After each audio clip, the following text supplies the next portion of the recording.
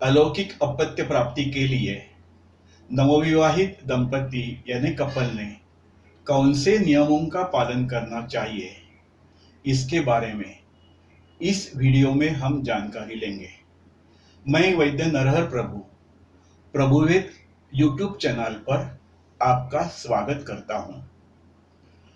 हर एक व्यक्ति और हर एक दंपति की मनोकामना होती है कि अपना होने वाला अपत्य यानी अपना बच्चा बच्ची अंग प्रत्यंगों से परिपूर्ण हो, परिपुष्ट हो, सुंदर और निरोगी हो, पराक्रमी, संयमी और सुसंस्कृत हो। ऐसी मनोकामना हर एक दंपति की होती है। इस मनोकामना को पूर्ण पूर्ण करने के लिए थोड़े से तो कष्ट उठाने ही पड़ेंगे। सभी सदी यह मैनेजमेंट युग है। अलौकिक अपत्य प्राप्ति के लिए प्लानिंग करना और मैनेजमेंट करना बहुत ही अनिवार्य है, क्योंकि अभी एक ही अपत्य को पालन पोषण करना, भरण पोषण करना, उसका शिक्षण करना बहुत ही एक्सपेंसिव होता है। इसलिए हर दंपति एक अपत्य के होते हुए ही संतुष्ट होते हैं। गर्भ संभोग के लिए मैथुन करना और काम सुख के लिए मैथुन करना, इसमें बहुत अंतर होता है। अपत्य प्राप्ति के लिए मैथुन करते समय विशेष सावधानी बरतनी पड़ती है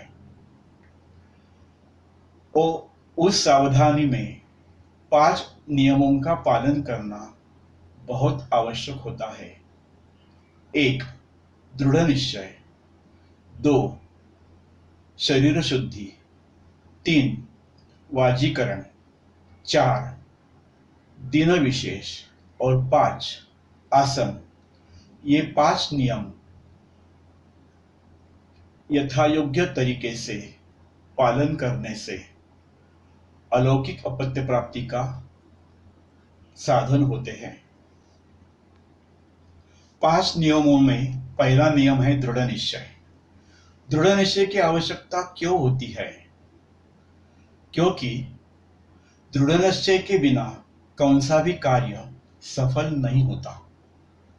जिस महीने में दंपति को अपत्य प्राप्ति के लिए संभोग करना होता है, उसके पहले 3 महीने से दृढ़ निश्चय करना होता है कि हमें अपत्य होना चाहिए।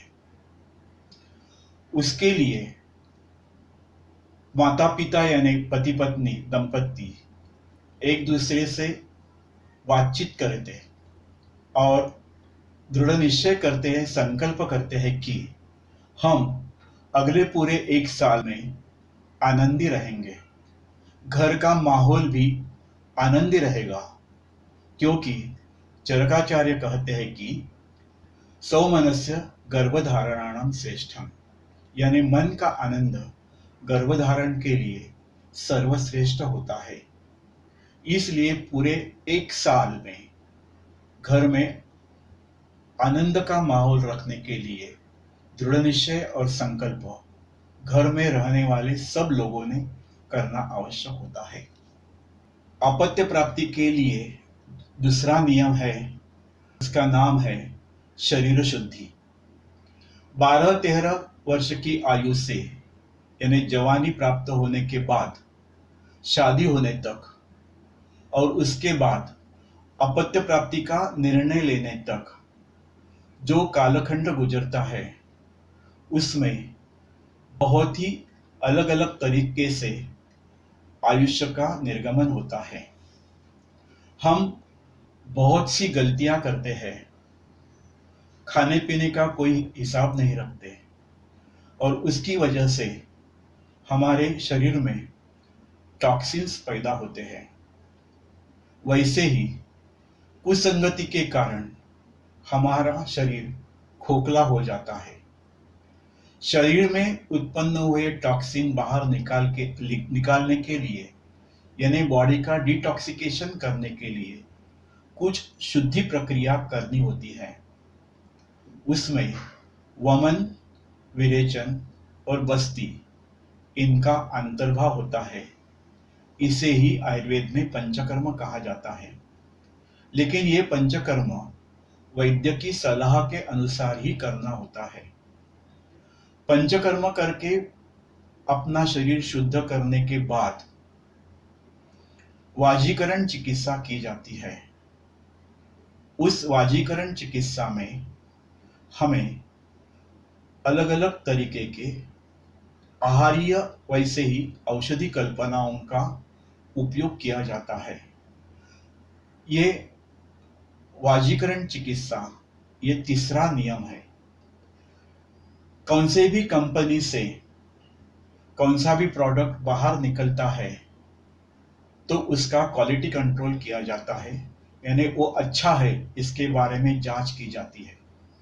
और वो प्रोडक्ट बनाने के पहले वो प्रोडक्ट के लिए जो कुछ रॉ मटेरियल लगता है उसकी भी अच्छी तरह से जांच की जाती है और सिलेक्टेड रॉ मटेरियल ही अच्छा प्रोडक्ट होने के लिए यूज किया जाता है। अपत्य यही एक प्रोडक्ट है और उसके लिए पुरुष का वीर्य और स्त्री का बीजांड ये रॉ मटेरियल होता है। ये रॉ मटेरियल अच्छा होना चाहिए, हेल्दी होना चाहिए, परिपुष्ट होना चाहिए। इसके लिए वाजीकरण चिकित्सा की जाती है। लेकिन पहले पंचकर्म चिकित्सा प्रारंभ की जाती है और बाद में वैद्यकीय सलाह के अनुसार ही 2 महीने तक वाजीकरण चिकित्सा की जाती है। पंचकर्म चिकित्सा और वाजीकरण चिकित्सा 3 महीना लेना बहुत ही अनिवार्य है।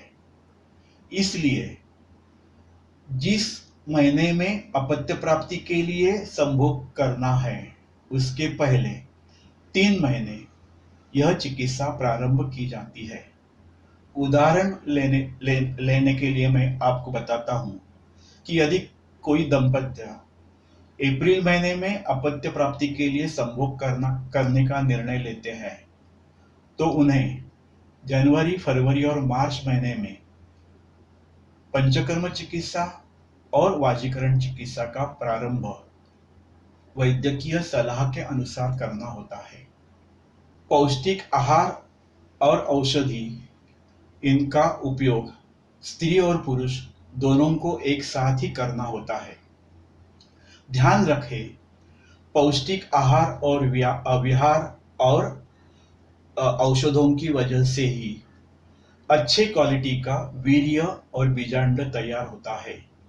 इसलिए वैद्यों ने दिया हुआ आहार का चार्ट यानी डाइट चार्ट अच्छी तरह से पालन करना बहुत ही महत्वपूर्ण है। वाजीकरण चिकित्सा लेते समय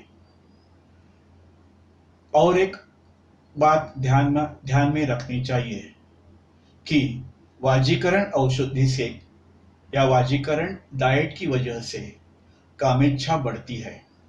लेकिन वीर्य अच्छा होना, वीर्य की क्वालिटी और क्वांटिटी अच्छी होने के लिए ये 3 महीनों में ब्रह्मचर्य का पालन करना बहुत ही अनिवार्य होता है। कामेच्छा पूर्ण करने के लिए मैथुन नहीं करना चाहिए इस 3 महीनों में। इसके लिए ही संकल्प के साथ संयम होना भी बहुत महत्वपूर्ण है। नहीं तो वीर्यनाश होने की वजह से अलौकिक अपत्य प्राप्ति का संभव नहीं है। चौथा नियम है दिन विशेष। मैथुन करने के लिए कौन सा दिन लेना है इसके बारे में ग्रंथकर्ताओं ने यानी आयुर्वेदिक आचार्यों ने जो नियम बताया है उस नियम का पालन करना भी अलौकिक अपत्य प्राप्ति के लिए अनिवार्य है। 3 महीने शरीर शुद्धि की चिकित्सा और वाजीकरण चिकित्सा लेने के बाद चौथे महीने में स्त्री को जब पीरियड शुरू होता है यानी मासिक स्राव शुरू होता है, उस दिन को याद रखे दिन विशेष निकाला जाता है। स्त्री को जिस दिन मासिक स्राव शुरू होता है वो दिन पहला पकड़ के 12वें दिन से 16वें दिन तक मैथुन करने के लिए योग्य दिन होते हैं। यानी 1 तारीख को पीरियड आ गया होगा तो 1 तारीख के पहला दिन हो गया, तो 12 तारीख से 16 तारीख तक जो 5 दिन आते हैं उस 5 दिन में अपत्य प्राप्ति के लिए मैथुन करना चाहिए, ज्यादा से ज्यादा 2 या 3 दिन। लेकिन इस 5 दिन में यदि अमावस्या, पौर्णिमा, सूर्य ग्रहण या चंद्र ग्रहण जैसे दिन आएंगे तो उस दिन में मैथुन नहीं करना चाहिए। यदि इस 5 दिन में एकादशी आती है तो कोई कोई लोगों में ऐसा रिवाज है कि एकादशी के दिन मैथुन नहीं करते हैं। इस 5 दिन में 2 या 3 दिन मैथुन करने के बाद 17वें दिन से अगला महीना आने तक फिर ब्रह्मचर्य का पालन करना आवश्यक है, तो ही वीर्य बलवान होता है। यदि चौथे महीने में मैथुन करने के बाद गर्भ संभव नहीं हुआ तो 5वें महीने में गर्भधारणा होने के लिए फिर मैथुन करना होता है, तो उस टाइम वीर्य गाढ़ा और बलवान होने के लिए 17वें दिन से अगले महीने के मैथुन के दिन तक पूरा ब्रह्मचर्य रखना बहुत ही अनिवार्य है। 5वां और अत्यंत महत्वपूर्ण नियम है आसन। आसन यानी जब मैथुन करेंगे तो कौन से आसन में मैथुन करना चाहिए, ये भी आचार्यों ने बताया है। अभी सब जग पूरा विश्व मुट्ठी में आ गया है मोबाइल की वजह से, और मोबाइल के ऊपर बहुत अलग अलग जानकारियां मिलती है और बहुत से लोग पहले से ही वात्सायन कामसूत्र के अलग अलग आसन में मैथुन करते हैं। लेकिन अपत्य प्राप्ति के लिए मैथुन करते समय विशिष्ट आसन में ही मैथुन करना चाहिए। वैसा नहीं किया और अलग अलग आसन में मैथुन किया और गर्भ संभव हो गया तो विकृत गर्भ निर्माण होने की संभावना होती है, ऐसा आचार्य सुश्रुत जी का मत है। इसलिए स्त्री ने उत्तान अवस्था में लेटना यानी पीठ के ऊपर लेटना और पुरुष ने ऊपर से मैथुन करना, यही आसन अलौकिक अपत्य प्राप्ति के लिए महत्वपूर्ण है। और ध्यान रखिए, इसी आसन का उपयोग अलौकिक अपत्य प्राप्ति के लिए होना चाहिए, होना अनिवार्य है, ये कदापि न भूले। क्योंकि वात्सायन में दिए हुए बाकी सब आसन केवल केवल कामसुख के लिए ही है और स्त्री का उत्तान आसन ये अलौकिक अपत्य प्राप्ति के लिए ही है। इस 5 नियमों का पालन करने के बाद उत्पन्न होने वाली प्रजा बहुत ही सब अंग प्रत्यंगों से परिपूर्ण, परिपुष्ट, पराक्रमी, सुंदर, बुद्धिमान, संयमी और सुसंस्कृत होती है। इसे ही श्रेयसी प्रजा ऐसा कहा जाता है।